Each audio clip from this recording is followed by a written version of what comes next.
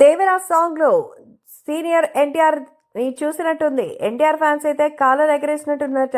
మొత్తానికి 1000 కోట్లు పక్కా అంటున్నారు. మొత్తానికి జూనియర్ ఎన్టీఆర్ అయితే మరోసారి సీనియర్ ఎన్టీఆర్ కి తను ప్రతిరూపంగా అయితే భావిస్తున్నారు. చాలా సంతోషంగా అయితే ఆయన చెప్పుకుంటున్నట్టుగా తెలుస్తోంది. ప్రస్తుతం దేవరా సినిమా సెకండ్ సాంగ్ పై తన ఒపీనియన్ ని తెలియజేస్తూ అభిమానులు కూడా రివ్యూలు ఇస్తున్నారు.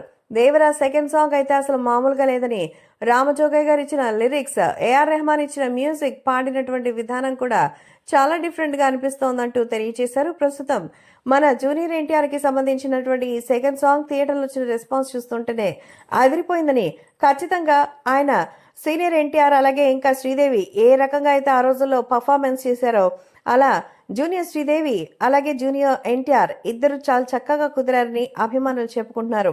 సో మొత్తానికి థియేటర్ లాంచ్ చేసి సెకండ్ సాంగ్ ని ప్రదర్శించినందుకు మరి చుట్టూ ఉన్నటువంటి అభిమానులు వచ్చి సందడి చేసిన నేపథ్యంలో మరి పక్కా 1000 కోట్ల సినిమా అని అర్థమైపోతుందని ఎన్టీఆర్ ఫ్యాన్స్ అయితే కాలర్ ఎగరేసి చెప్తున్నారు. అసలు ఏవైనా పాట వింటుంటే మళ్ళీ మళ్ళీ వినాలనిపిస్తోంది.